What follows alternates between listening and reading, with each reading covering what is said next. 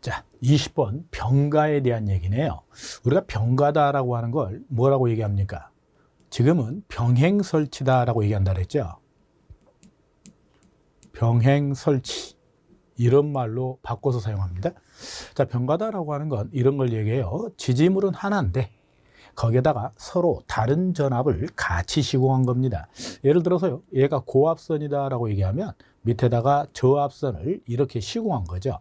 하나의 지지물에 서로 다른 전압을 같이 시공하고 있는 걸 병행 설치했다라는 말을 쓰는 겁니다. 우리는 병행 설치할 때요, 시설할 때 주의사항이 나오죠. 첫 번째 뭐라고 그러냐면 반드시 높은 전압을 어디에 설치해야 돼요? 상부에 설치할 것, 위쪽에요. 그 다음에 또 하나는 반드시 별개의 완금을 사용합니다. 별개의 완금을 사용해야만 하죠. 자, 이 두 가지 조건을 지켜서 병가를 하게 되는데, 그때 여러분 시험에 출제가 되고 있는 건 이 내용하고요, 이격거리에 대한 부분이 출제가 되죠. 그래서 고압과 저압 같으면 얼마 이상을 떨어뜨려라? 50cm 이상을 이격시켜야만 합니다. 만약에 케이블을 쓰겠다라고 얘기한다면 30cm만 이격하면 되지요. 그래서 0.5m, 0.3m 이렇게 표현하겠죠. 자, 그 다음에 또 하나가 있죠. 얘 같은 경우에 특고압이다라고 들어가고요, 저압이나 고압이다 이렇게 들어가면 1.2m 이상은 이격을 해야 됩니다. 그런데 케이블을 썼다라고 얘기하면 50cm 이상만 이격을 하면 되죠. 그런데요, 우리가 하나 알아둘 게 있죠. 우리가 22,900이 있다고 그랬죠. 22.9요. 얘는 항상 독립적인 규정을 갖고 있다고 그랬죠. 이거 우리나라만 있으니까요, 저고압일 때는 그죠? 1m 이상입니다. 케이블을 썼다 이런 말이 들어가면 50cm 이상만 이격을 하면 되지요. 그래서 얘도 곧잘 시험에 출제된다라고 하는 사실을 기억하셔야 돼요. 투투나인만 1m로 한다는 거 기본. 일반적인 특고압, 즉 여기서 말하는 특고압이다라고 하는 건 35kV 이하의 의미죠. 여기서 그러면 35kV를 초과하면 할 수가 없는가? 그건 아니죠. 자, 잠깐 한번 보자고요. 우리는 35kV를 초과하고 100kV 미만의 병가입니다.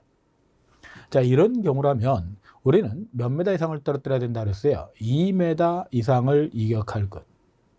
그런데 케이블을 썼다 그러면 1m 이상만 이격을 하면 됩니다. 자, 이럴 때 얘를 시공을 할 때 주의사항이 나오죠. 그 첫 번째가 뭐가 되느냐? 반드시 제2종 특고 보안공사에 준해서 시공을 해야 됩니다. 전선의 굵기는 50스퀘어 이상의 굵기를 사용하도록 되어 있죠.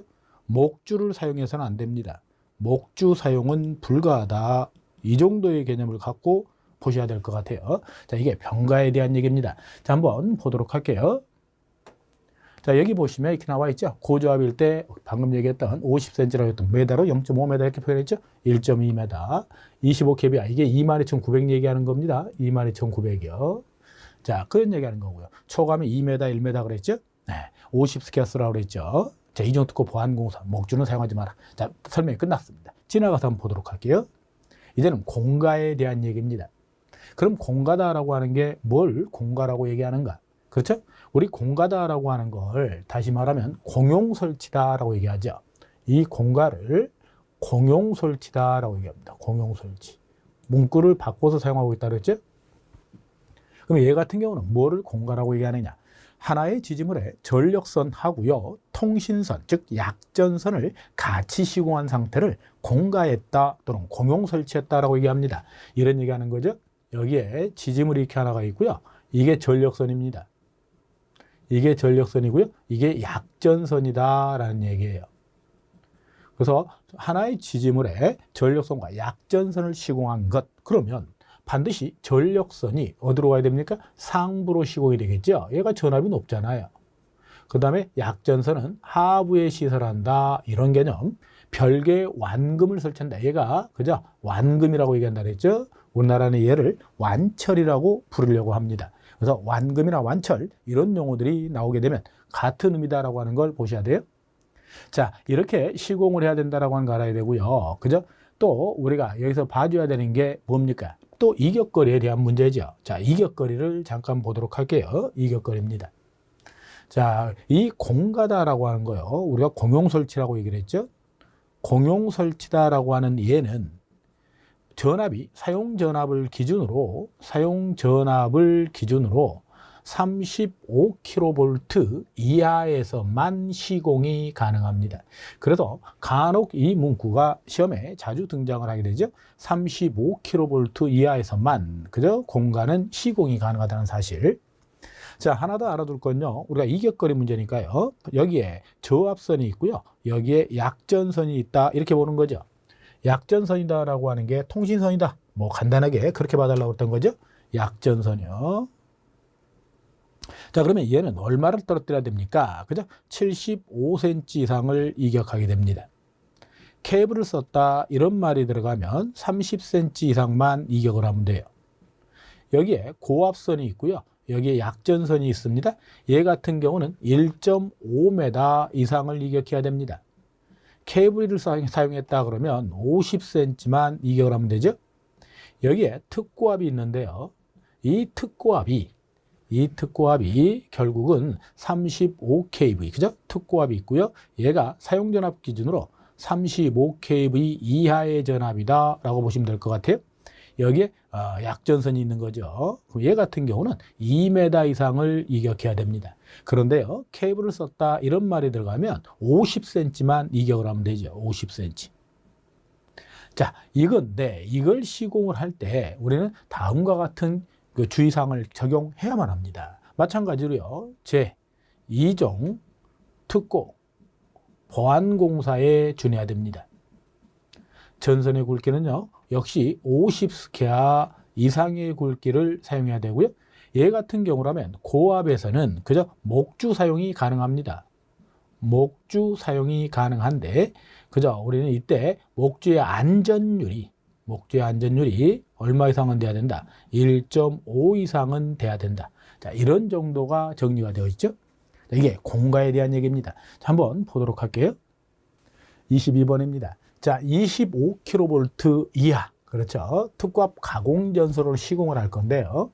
그 뒤에 내용을 잠깐 보자고요. 사용전압이 15kV 이하. 특고압 가공전선 및 사용전압 25kV 이하. 특고압 가공전선 중성선 다중접지식. 이게 중요하죠. 25kV 이하의 경우로 다중접지식일 때, 그죠? 특고압 가공전선의 시설이다. 이렇게 이해를 하셔야 될 것 같아요. 그래서 우리는 그저 이렇게 한번 표현해 볼까요? 25kV 이하 다중접지다. 다중접지일 때 시공하겠다. 그럼 다중접지 하는 거 보니까요, 우리는 Y결선이다라고 하는 걸 알 수 있을 것 같아요. Y결선이요. 이렇게. 그리고요, 우리가 이 중성점이 있잖아요. 이 중성점을 접지를 했겠죠. 이렇게. 자, 그리고 나서 여기서 하나의 전선을 또 하나 끌어가게 되죠. 이 선을 N선이다 라고 얘기한다고 했고요. 우리는 이거를 중성선이다 라고 얘기합니다. 중성선. 얘 같은 경우는 중성점 이렇게 얘기를 하죠. 중성점 이렇게 표현하는 겁니다. 자, 그러면 이 중성선에다가 기구 외암도 물어서 같이 접지할 수도 있고요. 그렇죠? 그래서 여기를 갖다 이렇게 접지를 하겠다라는 얘기인데 이 접지를 많이 했다라고 생각하시면 돼요. 그래서 우리는 다중접지다. 중첩해서, 그죠? 많이 중첩해서 접지하겠다. 이렇게 이해하면 될 것 같아요.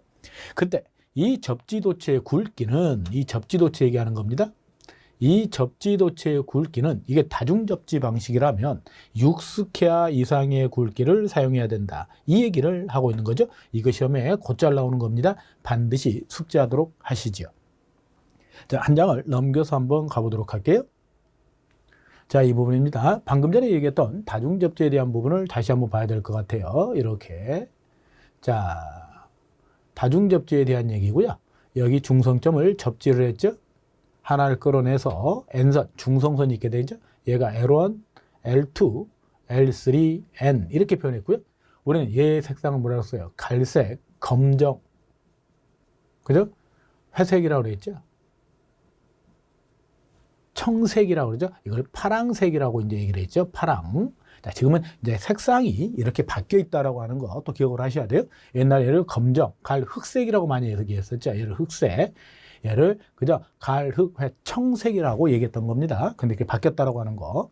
자, 얘 같은 경우는 뭐라고 그래요? 접지도체라고 얘기를 했죠. 이 접지도체는 무슨 색을 쓰느냐? 접지도체요. 얘는 녹색이나 노란색이 섞여 있는 거죠. 노란색. 녹색과 노란색, 녹색입니다. 녹색. 녹색과 노란색이 같이 섞여 있는 색을 쓰게 된다. 이것도 뭐 시험 곧잘 나오니까 꼭 좀 알아두셔야 되고요. 자, 방금 전에 우리가 무슨 얘기를 했어요? 다중접지다라는 말 간단하게 얘기하면 접지를 가면서 계속 접지를 해 가겠다. 이 접지도체의 굵기는 얼마로 쓴다고요? 그렇죠. 이 접지도체의 굵기를 6스퀘어 이상이면 된다라고 얘기를 했죠. 자, 지금부터는 접지한 곳 상호 간의 거리입니다. 이 접지한 곳 상호 간의 거리를 얘기할 때는 그 전압의 사용 전압의 크기에 따라 가지고요. 15kV 이하인 경우하고 그죠? 15kV 이하요. 자, 15kV 이하인 경우라면 이 접지한 곳 상호 간의 거리는 300m 이내로 할 것. 그런데 25kV 이하의 경우라면 얘는 150m 이하로 할 것. 그래서 얘가 출제된 적이 있네요. 25kV 이하일 때 150m란다는 사실이요. 다음에 접지 저항값에 대한 얘기입니다. 자, 접지 저항값을 잠깐 보자고요. 얘도 마찬가지로요. 사용전압 기준으로 15kV 이하의 경우와 25kV 이하로 나누게 되고 각 접지점 대지 전기 저항값입니다. 대지요. 대지 전기 저항값은 300옴 동일하죠. 300옴이라고 하는 거. 그런데 1km를 지름으로 해서 합성 전기 저항값이 나오죠. 1km를 지름으로 해서 합성 전기 저항값은 15kV 이하일 때는 30옴 이하가 되도록 하고요. 25kV 이하일 때는 15옴 이하가 되도록 하라. 얘가 시험에 자주 등장을 했던 내용입니다. 우리가 25kV 왜 그럴까요? 우리나라 같은 경우는 22,900에 대한 얘기가 나오죠. 22.9kV에 대한 얘기가 나오니까 1km를 지름으로 해서 합성 전기 저항이 얼마냐? 합성 전기 저항값 이렇게 묻는 문제가 자주 등장을 했던 거죠. 얘 같은 경우는 15옴 이하가 돼야 된다. 자, 이 얘기하는 겁니다. 자, 이 15kV 이하 같은 경우는 우리가 상전압을 기준으로 13,200이 나올 수 있죠. 그때는 30이다라고 적어줄 수 있을 것 같아요. 자, 그 정도면 이해가 될 것 같네요. 다음으로 한번 넘어가 보도록 할게요. 자, 이제 23번입니다. 특고압 가공전술로 지지물에 대한 얘기죠. 지지물이다라고 하는 게 전선류를 지지하는 것 이렇게 얘기를 하죠. 자, 그러면 이렇게 한번 보자고요. 그죠? 예를 들어서 여기 평평한 땅이 있다. 그리고 나서 그 위에다 지지물을 이렇게 세우겠다라고 하는 겁니다. 될 수 있으면요. 얘와 얘 사이의 간격. 그죠? 예, 지지물 간의 간격이라고 그러죠. 이 간격을 우리는 지금까지 스판이라고 해서 우리는 S라고 써왔고요. 이걸 경간 그랬는데 지금은 지지물 사이의 간격이다. 뭐 이렇게 부른다 그랬죠. 예전에는 경간이라고 불렀던 거죠. 그럼 이 경간을 똑같이 하는 게 좋겠죠. 그러면 얘가 받는 하중이 가장 적게 걸린다라는 얘기입니다. 그런데 본의 아니게요. 이렇게 그저 넓어져야 될 경우도 있겠죠. 그럼 이때는 지지물이 좀 더 튼튼해져야 될 것 같아요. 자, 그래서 우리가 여기다 전선을 이렇게 시공을 했다라고 보자는 거예요. 그러면 여기서 먼저 직선형이다라는 말이 나오죠. 직선형이요. 직선형이다라는 말은 그죠? 전선이 옆으로 이렇게 당겨지는 경우도 있을 것 같아요. 이렇게 지지물이 이렇게 시공되는 경우도 있겠죠. 얘를 세타다라고 봤을 때 이 세타의 각에 따라서 직선형인지 또는 각도형인지를 구분하게 됩니다. 직선형이다라고 하는 건 고압에서는 몇 도 이상을 얘기하느냐? 5도 이하가 되는 거죠. 5도 이하요. 특고압에 있어서는 특고압 3도 이하의 각도. 이 세타가 벌어진 정도가 5도 이하로 벌어졌다. 그죠? 어디서? 고압에서. 그러면 직선형으로 보겠다는 거고요. 특고압에서는 몇 도를 기준한다는 거? 3도 기준한다는 거. 그래서 얘도 간혹 한 번씩 등장을 합니다. 자, 그래서 직선형 기준을 얘기하고 있는 거고요. 얘는 특고압이기 때문에 우리는 3도 이하다라고 얘기를 하죠. 각도형이다라고 하는 건 그럼 뭐가 됩니까? 틀어졌는데 각도형이다라고 하는 거요. 각도형은 고압에서는 몇 도를 초과하는 거예요? 고압에서는 5도를 초과하는 겁니다. 특고압에서는 3도를 초과하는 걸 의미하게 되죠. 그래서 그런 의미가 갖고 있고요. 인류형이다라고 하는 건 인류는 당긴다는 의미가 들어가 있어요. 그래서 우리가 전가섭선을 인류하는 곳에 사용한다. 이렇게 정의를 하죠. 그러면 전가섭선이다라고 하는 게 뭔가? 가섭선은 지지물에 설치되어 있는 모든 선을 하나의 문구로 부를 때 가섭선, 이렇게 이해를 하시면 됩니다. 그래서 말단에 있는 거죠, 실은. 그죠? 이런 걸 인류형이다라고 얘기를 하고 있어요. 인류형이요. 자, 그 다음에 내장형이다라는 말을 썼네요. 내장형이다라고 하는 건 경관이 큰 곳입니다. 경관이 크다.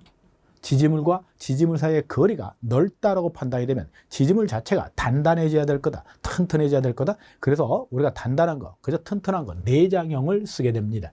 그걸 우리는 내장형이다라고 얘기를 하죠. 내장형이요. 그래서 우리는 이런 얘기를 하고 있습니다. 만약에 이 지지물들의 강도가 이놈의 강도가 똑같다면 외부로부터 어떤 물리적인 힘이 가해지거나 그저 했을 때 지지물이 부러지게 된다면 그때는 얘가 하나가 중앙에 있는 게 부러졌다면 좌우측에 있는 지지물이 견뎌내야 되겠죠. 근데 그러질 못하고 같이 쓰러지는 이런 문제가 발생을 한다. 그래서 우리는 중앙에다가 좀 더 튼튼한 지지물을 세울 필요가 있다라는 얘기를 하고 있는 거예요. 이런 걸 보강형이다라고 얘기를 하는 겁니다. 이 보강형에 대한 얘기요. 철탑이, 그죠? 철탑이 몇 기 이상? 10기 이상 지속되는 부분에는, 그죠? 철탑 10기 이하마다 내장, 애자, 장치가 되어 있는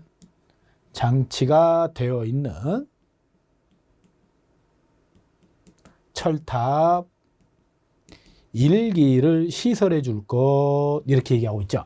이것도 곧잘 시험에 나오니까요. 이 실기에도 그대로 출제가 됐던 내용이고요.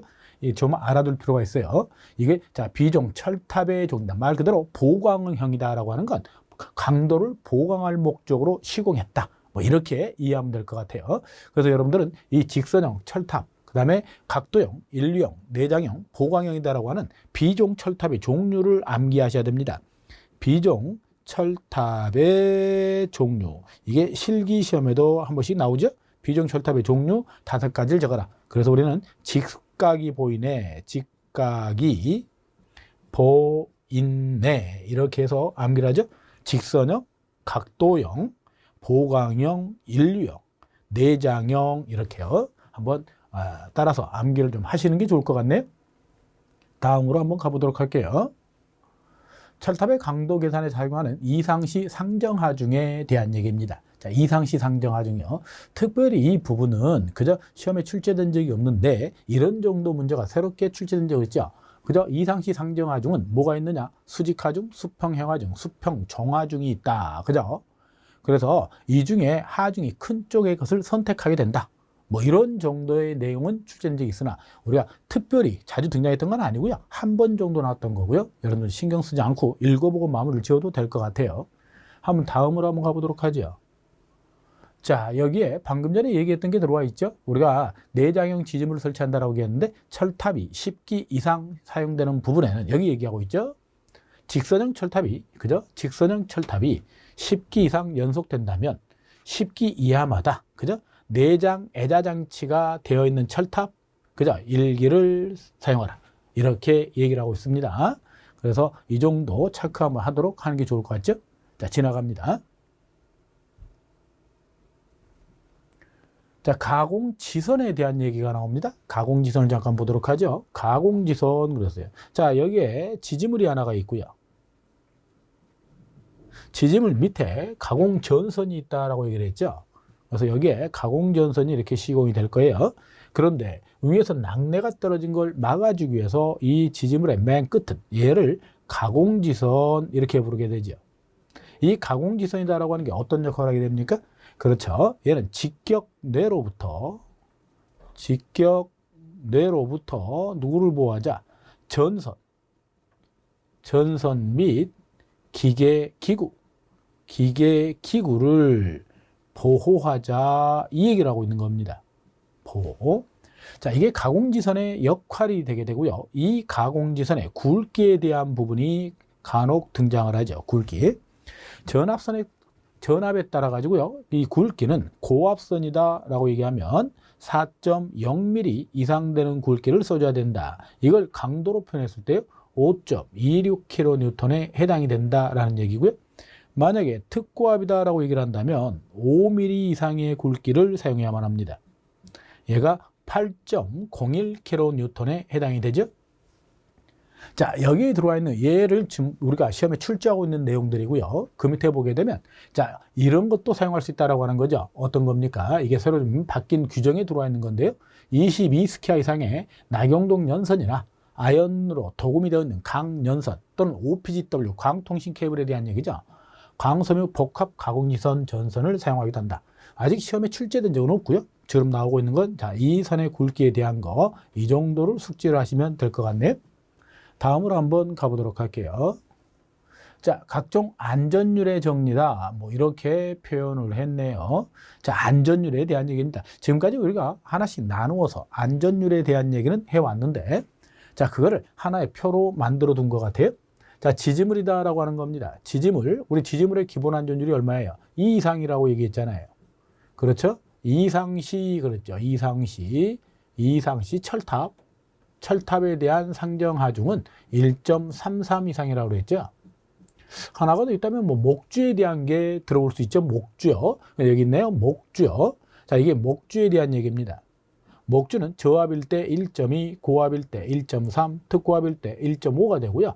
이걸 무슨 공사로 한다면 보안 공사로 한다면 저고압은 1.5, 특고압은 2.0 뭐 이렇게 표현했던 거. 자, 이렇게만 정리를 하도록 하시고요. 공과에 대한 문제는 아직 안전율에 대한 개념이 출제된 적이 없고요. 얘도 마찬가지입니다. 자, 전선에 대한 안전율 정리해 볼 필요가 있죠. 전선하게 되면 전선의 기본 안전율은 얼마냐? 2.5 이상이죠. 2.5 이상이 되고요. 그러나 우리가 많이 쓰고 있는 게 뭐예요? 경동선이나 내열동 합금선이죠. 내열동 합금. 얘가 들어가게 되면 2.2 이상이 되면 된다라고. 그래서 주로 나오고 있는 건 그죠? 얘가 2.2가 자주 나오고요. 얘는 기본적인 항목이라는 겁니다. 만약에 경동선 또는 내열동 합금선 이런 문구가 없다면 2.5로 답을 적으셔야 된다. 이런 얘기하는 거죠. 자, 특고압 애자장치에 대한 얘기가 나옵니다. 이건 아직 시험에 출제된 적이 없고요. 새로 추가된 내용에 들어와 있는 거니까 한 번쯤 보는 걸로 만족하셔도 되고요. 치선입니다. 치선은 2.5 이상이죠. 치선. 무선용 안테나. 우리는 이걸 통신용 지지물 뭐 이렇게 보셔도 얘기될 것 같아요. 1.5가 있죠. 1.5요. 통신용 지지물이다. 이렇게 보셔도 얘기됩니다. 통신용 지지물. 자, 또 하나가 있다면 케이블 트레이에 대한 얘기죠. 케이블 트레이요. 이 케이블 트레이도 1.5 이상이 되죠. 1.5 이상. 자, 이 정도만 정리가 하면 여러분이 시험 보는 데는 큰 문제 없이 해결이 될 것 같아요. 자, 지나가도록 할게요. 지중전선로에 대한 얘기입니다. 자, 지중전선로다라고 하는 건 땅 속에다가 전선이 다니는 길을 만들어 주겠다. 뭐 이렇게 이해하시면 될 것 같고요. 지중전선로에서는 무조건 어떤 전선을 써야 되는 겁니까? 그렇죠. 케이블 사용을 원칙으로 한다라고 얘기를 했죠. 자, 케이블에서 발생할 수 있는 손실들이 있었죠. 무슨 손이 있어요? 저항손이 있습니다. 저항손. 또 하나는 무슨 손실이 있었어요? 유전체 손이 있게 되죠. 유전체 손. 또 하나는 뭐가 있습니까? 시즈손이 있죠. 시즈손 또는 이걸 연피손이다 라고도 얘기합니다. 연피손이요. 종류 3가지. 주로 우리가 지중해 시공을 할 때는 관로식, 관에 넣어서 시공을 하는 거죠. 암거식이라고 그러죠. 암거식이요. 하나는 직접 매설식. 3가지 반드시 암기를 하셔야 되죠. 우리가 얘 같은 경우는 반드시 암기를 하셔야 돼요. 실기시험에도 곧잘 나오고요. 필기시험에도 곧잘 나오게 됩니다. 자, 그렇다면 우리는 여기서 시험 문제 자주 등장하고 있는 게 뭔가? 그게 바로 매설 깊이에 대한 얘기입니다. 그래서 관로식이다라고 하는 게 나와 있죠. 자, 우리 직매식을 이렇게 한번 볼까요? 이렇게 한번 보자고요. 자, 그러면 직매식이다라고 하는 건 여기다 케이블을 이렇게 다이렉트로 놓고요. 그 위에다가 여기다가 그죠? 모래를 먼저 채워주고요. 그 위에 다시 뭘 채워요? 흙을 채워주죠. 그래서 이렇게 시공하는 걸 직접 매설식 그러는데 이 직접 매설식의 매설 깊이가 얼마냐 이런 얘기죠. 매설 깊이는 위에서 충격이나 압력을 받는 장소인가? 그렇다면 1m 이상을 묻어야 됩니다. 1m 이상이요. 그런데 충격이나 압력을 받지 않는 장소다. 이렇게 표현이 된다면 얘는 0.6m 이상을 매설하게 돼 있죠. 자, 이것도 곧잘 나오는 거니까요. 매설 깊이에 대한 건 숙지를 하셔야 되고요. 그런데 관 속에 넣어서 시공을 하겠다. 관로식이라고 그러죠. 관로식이요. 우리는 관로 인입식의 줄임말이죠.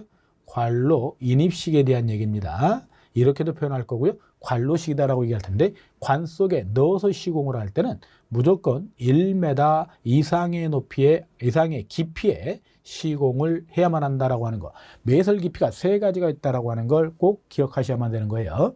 자, 이 정도만 체크를 하도록 하시죠. 다음으로 한번 가보도록 할게요. 자, 지중에서 직접 매설시 방금 전에 했던 거죠. 압력을 받느냐 받지 않느냐에 따라서 받는다 그러면 1m 이상을 매설해야 되고요. 받지 않는다 그러면 0.6m 이상을 매설해야 된다. 자, 그런데요. 이 중에 시험 문제 아주 잘 나오는 게 하나가 있습니다. 바로 컴바인 덕트 케이블에 대한 얘기죠. 우리는 이 컴바인 덕트 케이블을 CD 케이블이다라고 얘기하죠. CD 케이블이요. 자, 이거 한번 보자고요. 방금 전에 우리가 이렇게 해서 그죠? 땅을 파고요. 여기다가 케이블을 매설한다라고 얘기했는데 이렇게 케이블을 직접 매설을 했더니 케이블의 외피가 그죠? 외부로부터 타동적 손상, 외부의 어떤 물리적 힘에 의해서 피복이 그죠? 찢기는 경우가 있더라. 손상을 입는 경우가 있더라. 그래서 우리는 일반적으로 직매시기를 하더라도요. 이렇게 시공하는 게 아니고요. 어떻게 시공을 하느냐? 이렇게 하는 거죠. 이렇게 땅을 파면 여기다 방호관을 설치를 하죠. 이걸 방호관이다라고 생각하시면 돼요. 방호관이다라고 하는 건 방어하고 보호하는 관 이렇게 이해하시면 될 것 같고요. 그 안에 여기다가 케이블을 넣게 되죠. 이렇게. 그리고 나서요. 뚜껑을 덮고요. 이렇게 해서 뚜껑을 덮고 위에는 흙으로 덮어주고요. 이 내부는 모래로 채우죠. 모래로 채우고 여기는 흙으로 덮어주고요. 이런 구조로 되어 있는 겁니다. 자, 이런 구조로 하게 되는데 우리는 이와 같이 방호관 속에 넣지 않고요. 그죠? 예, 바로 직접 묻을 수 있는 케이블이 있다라는 얘기를 하고 싶은 거예요. 저기 한번 보자고요. 지중전선을 경관, 트로프, 그죠? 트로프, 기타 방호물에 넣어 시공하는 게 원칙이다. 이렇게 시공하는 게 바람직하다. 그런데 우리는 이 방호관을 사용하지 않고 시공할 수 있는 게 누가 있다고요? CD 케이블이 있다라는 얘기입니다. 아주 시험에 잘 나와요. 꼭 좀 숙지를 하셔야 됩니다. CD 케이블, 이걸 컴바인 덕트 케이블이라고 한다. 자, 이 정도면 얘기될 것 같아요. 다음으로 한번 가보도록 할게요. 자, 지중함 시설에 대한 얘기입니다. 지중함에 대한 얘기죠. 지중함이다라고 하는 게 땅속에 묻혀있는 상자. 그래서 여러분들은 이걸 맨홀이다라고 얘기를 하죠. 그 크기가 얼마 이상은 돼야 되느냐? 1세제곱미터 이상의 크기를 가져야 된다. 그렇죠? 그 다음에 얘를 시공할 때 또 뭐가 중요합니까? 얘가 땅속에 묻혀 있다 보니까 물이 고일 수 있다는 얘기죠. 그래서 고인 물은 제거가 가능한 구조로 만들어져야 됩니다. 만약에 땅속에 금속재가 있을 수도 있죠. 지중해 매설되어 있는 금속재, 지중해 매설되어 있는 금속은 금속 분야가 있다면 반드시 접지 공사를 해야만 합니다. 자, 그 다음에 우리는 이 뚜껑이요. 그 위에 차가 지나갈 수도 있다고 그랬죠. 그래서 견고하게 시설해야 됩니다. 견고하게 시설할 것. 튼튼하게 해야 된다는 얘기죠. 압력에 견디는 구조여야 된다. 그 다음에 이 맨홀에 뚜껑이 있죠. 뚜껑. 이 뚜껑은 아무나 열 수 있으면 안 되죠. 그래서 시설자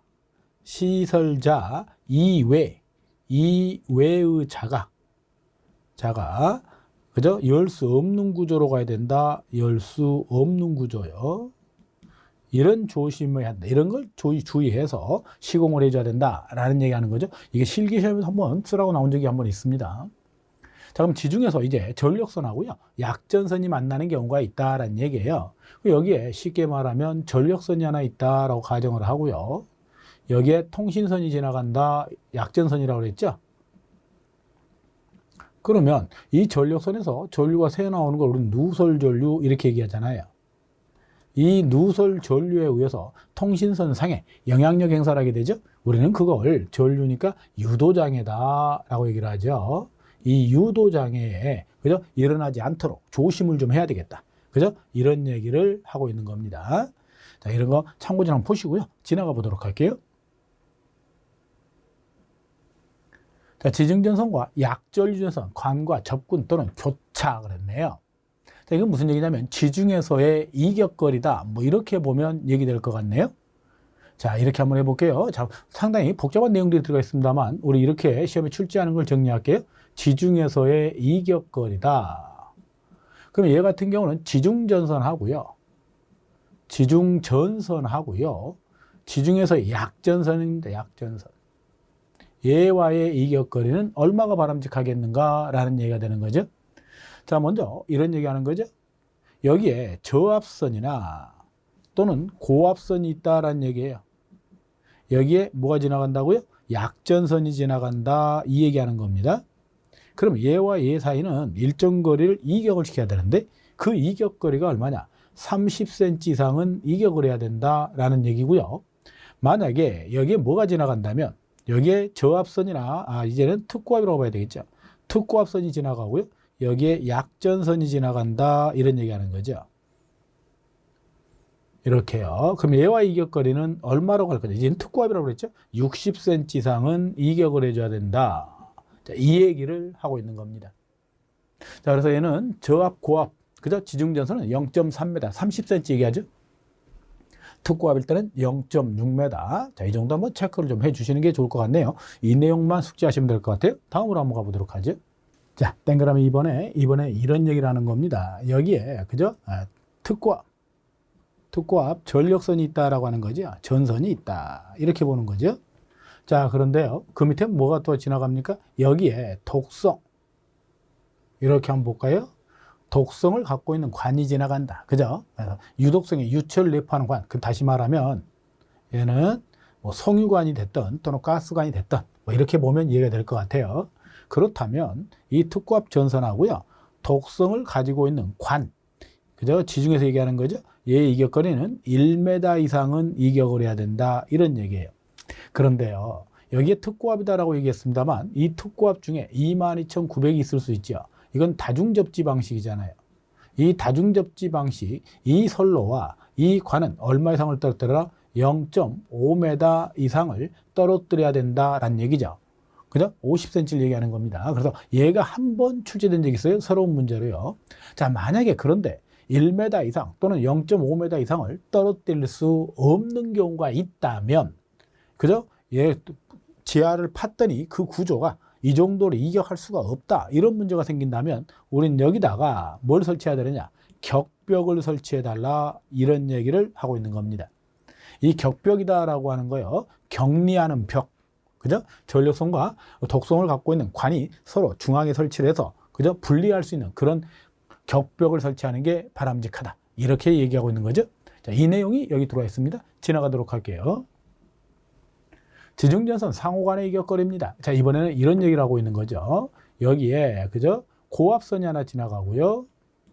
여기에 저압선이 지나간다. 이 얘기를 하고 싶은 거예요.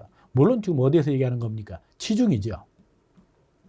지중에서의 이격거리를 말하는 건데 고압선과 저압선이 지나갈 때는 얘는 몇 cm 이상을 떨어뜨려라. 15cm 이상은 이격을 해야 된다. 이런 얘기가 되고요. 만약에 여기에 특고압이 지나갑니다. 여기에 특고압 지중전선로가 있고요. 저압이나 고압선이 있다면 얘와 얘 사이는 30cm 이상은 이격을 해야 된다. 이렇게 표현하고 있죠. 자, 이거는 전력선과 전력선에 대한 얘기죠. 이쪽은 전력선하고 그죠? 뭐에 대한 얘기라고요? 전력선에 대한 얘기다. 방금 전에요. 우리 전력선하고요. 전력선하고 약전선도 있었죠. 자, 기억을 좀 하셔야 됩니다. 그래서 얘 같은 경우는 얼마를 떨어뜨리라고 그랬나요? 전력선과 약전선일 때는 얘가 30cm 이상이었죠. 이놈의 딱 배가 되죠. 얘는 그죠? 얘는 60cm였죠. 이놈도 이놈의 배가 되는 거잖아요. 그래서 약전선과의 이격거리인지 전력선과의 이격거리인지를 구분하셔서 그 이격거리를 체크하셔야 됩니다. 자, 이 정도면 얘기될 것 같네요. 자, 한 장을 또 넘겨서 보도록 할게요. 난연선 피복 기능을 사용하는 경우 경관 난연선 관에 넣어서 시공을 해라. 그죠? 지중전선에 불연성 피복으로 되어 있는 것을 사용하는 경우는 어느 한쪽 지중전선을 경고한 불연성 관련된 시원. 자, 이건 뭐 다 읽어보는 걸로 만족을 하셔도 될 것 같아요. 예, 그렇게 보시면 될 것 같습니다. 다른 건 뭐 특별히 여기서는 나온 게 없어요.